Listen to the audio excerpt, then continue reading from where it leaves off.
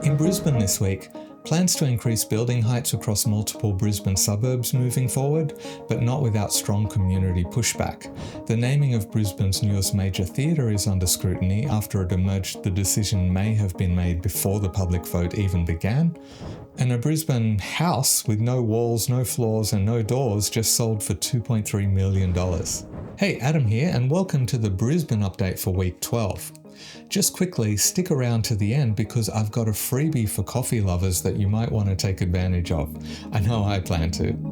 Let's get updated. First up, let's talk about housing and planning because there are some pretty significant changes being proposed across Brisbane suburbs. In Wynnum, a plan to increase building heights through parts of the town centre is now moving forward, with apartment buildings of up to 15 storeys proposed in a small central cluster near Wynnum Central Station. Council is trying to concentrate more housing in well-located areas, close to transport, shops and services, rather than allowing continued low-density expansion further out.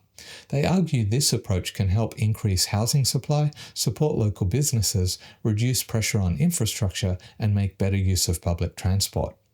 And after community consultation, where just over 500 submissions were received, some changes have been made to the original plan.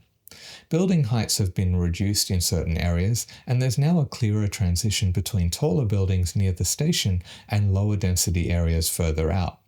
But despite those changes, the proposal has still attracted strong pushback from some residents. Concerns raised include the scale of the buildings, potential impacts on neighbourhood character, and whether infrastructure will keep up with the increased density. And that's where things have become a bit more complex. There's been a political dispute around how that opposition is being represented. Council has suggested that some of the backlash is being amplified through organised campaigning led by the Labor opposition, while community groups say their concerns are genuine and reflect widespread local sentiment, regardless of political affiliation. At the same time, the opposition has raised concerns around issues like consultation and the lack of requirement for affordable housing within the plan. So while the core idea, more homes in well-located areas, is something there's broad agreement on in principle, the question of how that's delivered and how much density is appropriate is clearly still being debated. And importantly, this isn't the final step yet. The plan now goes to the state government for review before it can be incorporated into the city plan. And this isn't just about Wynnum. At the same time, Council is also looking at increasing building heights around other major centres like Indooroopilly, Carindale and Nunda. Under those proposals, significantly taller developments could be allowed in areas close to major shopping centres and transport hubs, up to around 25 storeys in parts of Indooroopilly and up to 30 storeys near Carindale, with more modest increases in places like Nunda. The idea is to focus growth in these well-connected locations, near train stations, bus interchanges, shops and jobs, rather than spreading it out across lower density suburbs. And a big part of what's driving this push is the pace of growth Brisbane is seeing right now. The city is adding around 600 new residents every week, and planners are increasingly looking at how to accommodate that growth without continuing to expand further out. So instead of spreading that growth across low-density suburbs, the focus is shifting towards concentrating it in specific centres, particularly those that have infrastructure in place already. But just like in Wynnum, those proposals are also expected to generate debate as they move through consultation. So what you're seeing here is a clear direction, more density in established suburbs, particularly around transport and activity centres, and that's likely to be one of the defining planning debates across Brisbane over the next few years.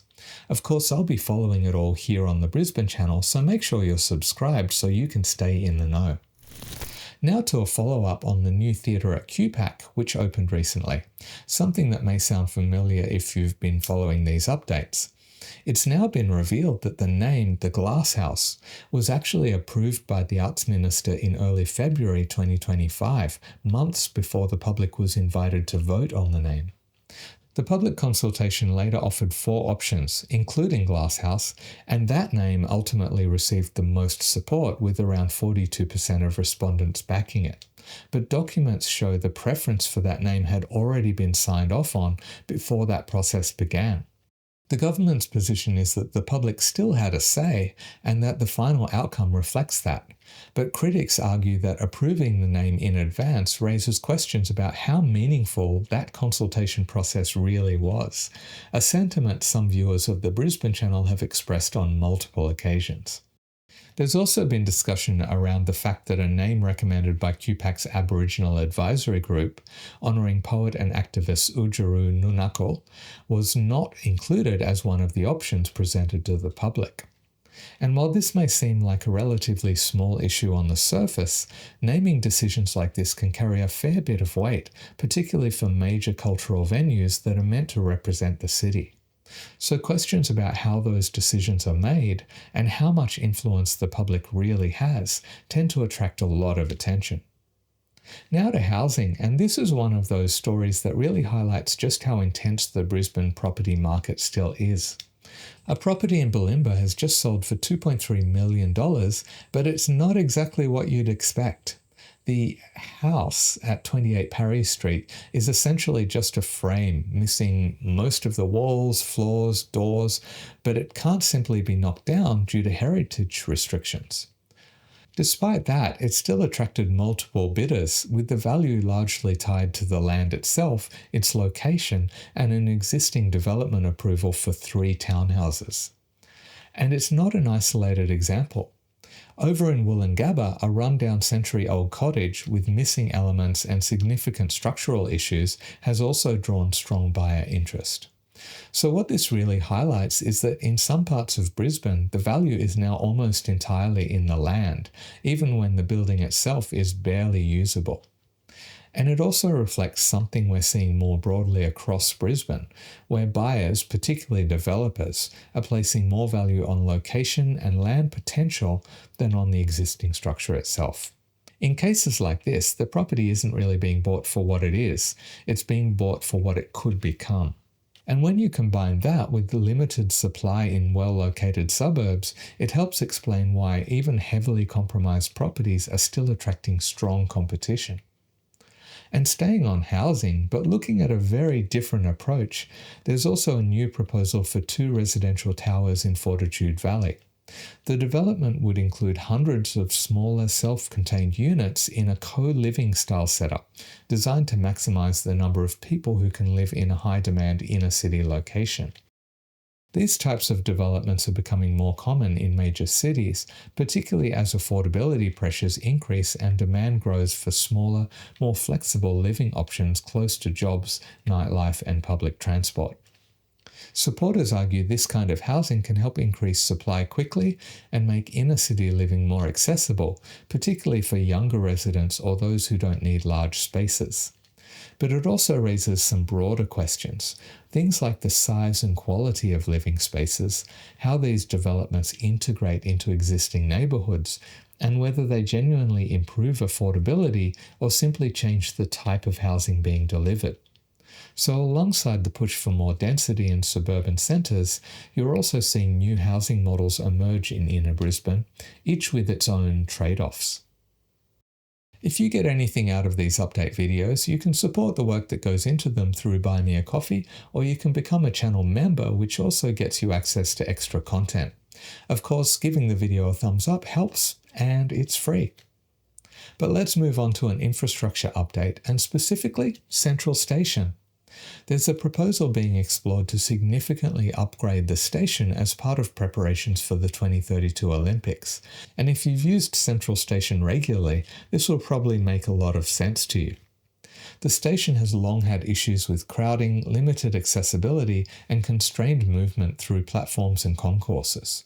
The idea behind the proposed upgrades is to improve capacity, make the station easier to navigate, and better handle future demand. That could include better circulation through the station, improved access, and a more open, functional layout. It could also help better integrate the station with surrounding areas, making it easier to move between the CBD, Spring Hill, and nearby precincts. Now at this stage, it is still just a proposal, not a locked-in project, but it does highlight the fact that as Brisbane grows, and with major events like the Olympics on the horizon, there's increasingly pressure to upgrade key pieces of infrastructure that were never really designed for the level of demand we're now seeing.